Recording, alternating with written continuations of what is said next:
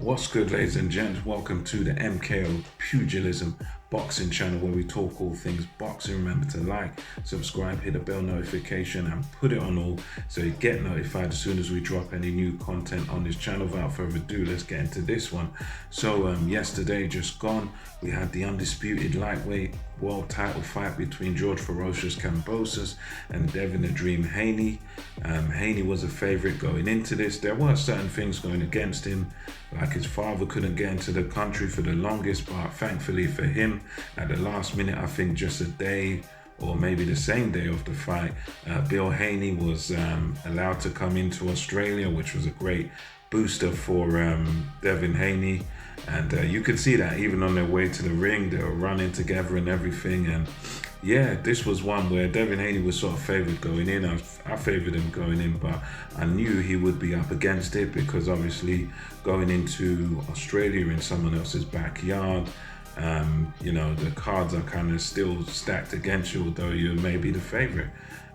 So I had Haney, and he definitely done well in his fight. He come out with the victory, and that fact is very impressive. But the way he done it was even more impressive, because he done it all at his own pace. He done it all behind the jab.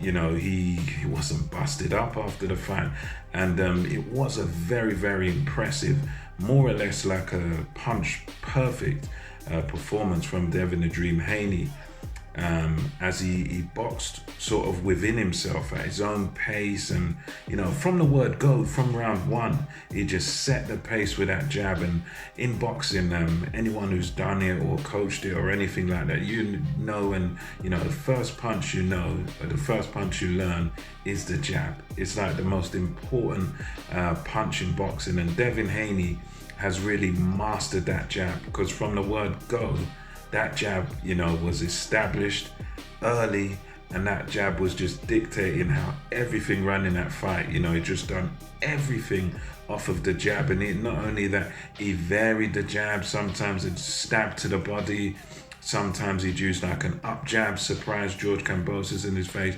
And it was like, because of that jab of Devin Haney's and those sort of straight shots, George Kambosos, who's a counter puncher, he's an aggressive counter puncher who he will be there with you in the pocket, but he likes you to make the first move, and then he'll counter, he'll adjust to your mistakes, and then he'll make you pay. And he's very good at doing that. He's done it very well against Lopez, done it very well against Lee Selby and all these other guys who he's fought, and that normally works on them. But what Devin Haney done was he really offset him. He offset his counter punching, because one thing you can do against a counter puncher is use that jab to sort of offset them and then make them have to reset and make them have to think again about their next attack. And that's what Devin Haney kept doing. So every time they would be there, they'd be still in the center of the ring, a swift jab from Devin Haney comes in, bang, and it hits Kambosos, and then Kambosos has got to keep trying to reset and rethink again. So Devin Haney made it so that George Kambosos couldn't really work. And then another thing he done was, many people don't like this, I'm not a fan of this, but when Kambosos would get close to him early on, he'd do a clever thing of sort of just tying him up so that Kambosos couldn't work. And that's a bit of a dodgy tactic in boxing, but it's one of those that, look, if the referee doesn't say nothing, then it is what it is. You do what you can get away with. And that was very impressive by Devin Haney, because he'd work on the outside, use that jab, be outboxing George Kambosos. George Kambosos trying to set himself, trying to come in and attack, but he just wouldn't be able to, because Devin Haney would do this thing where he'd throw the jab, and then as Kambosos comes to attack, he steps back, he steps to the left or steps to the right. If Kambosos it ties him up a little bit, then Kambosos got a reset. So Haney made it so that George Kambosos couldn't really work, and he couldn't really counter him, because sometimes Haney would just land and score with that single shot, that single jab, or maybe that 1-2 or whatever, and it would just be to the point where he'd land his shots, and then as Kambosos wants to come in and counter on the front foot, Haney wouldn't be there anymore to be hit.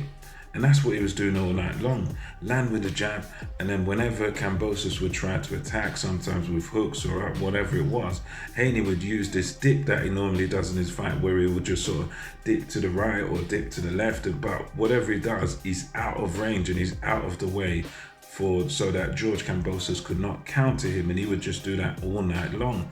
And the problem for Kambosos was he needed to adapt, he needed to change something, he needed to be a bit reckless, especially towards the end of the fight, because you watch this fight and you see that basically there's one man in control, there's one man in charge. It's Devin Haney, and he's behind that jab, and he's scoring with that jab so often, and scoring with his, he's just done so well with his straight shots. And because of his speed and the footwork and the upper body movement, Kambosos couldn't really get to him. So what Kambosos needed to do, as many others have noted, Chris Andre Boxer, he was also saying the same thing, that Kambosos, he needed to be reckless. He needed to be willing to change from being a counter puncher and just go into being a come forward pressure fighter. Just go forward.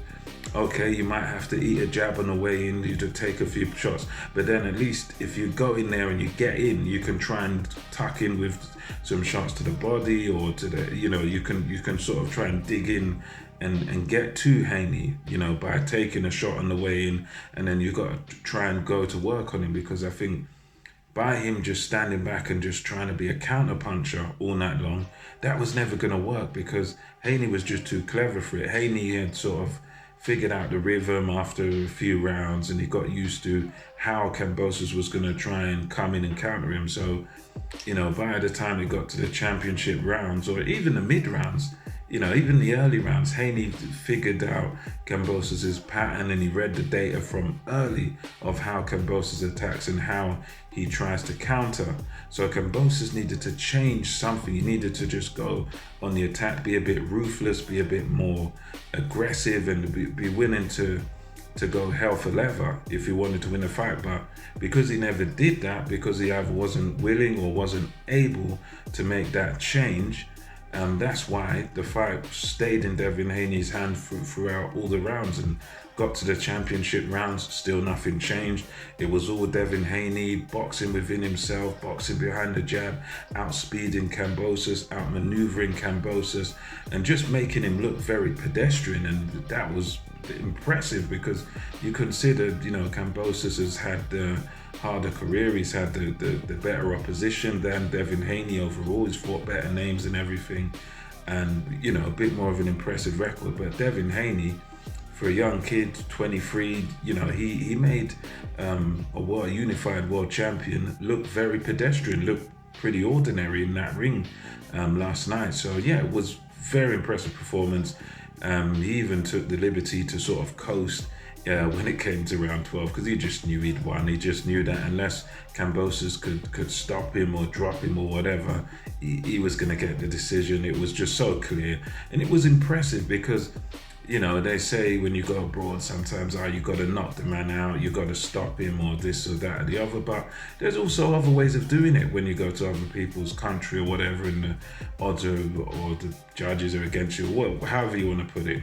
You can do it kind of the Floyd Mayweather way, where you don't knock the guy out or knock the guy down or whatever, but you just outbox him so clearly. You make it so that the other guy can't work, and he can't really land on you, and you make him miss, you make him pay.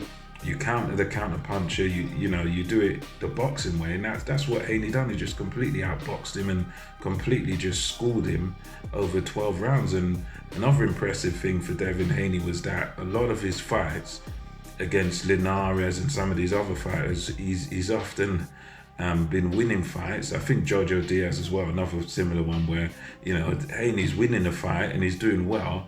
But then when it comes towards the end of the fight, at some point, he finds a way to get hurt, or he finds a way to get rocked or stumbled, to where people are saying, oh, his chin's a bit suspect or whatever. But in this fight, that didn't happen. He didn't let himself get into trouble in any of the rounds. So yeah, very, very impressive display by Devin Haney overall.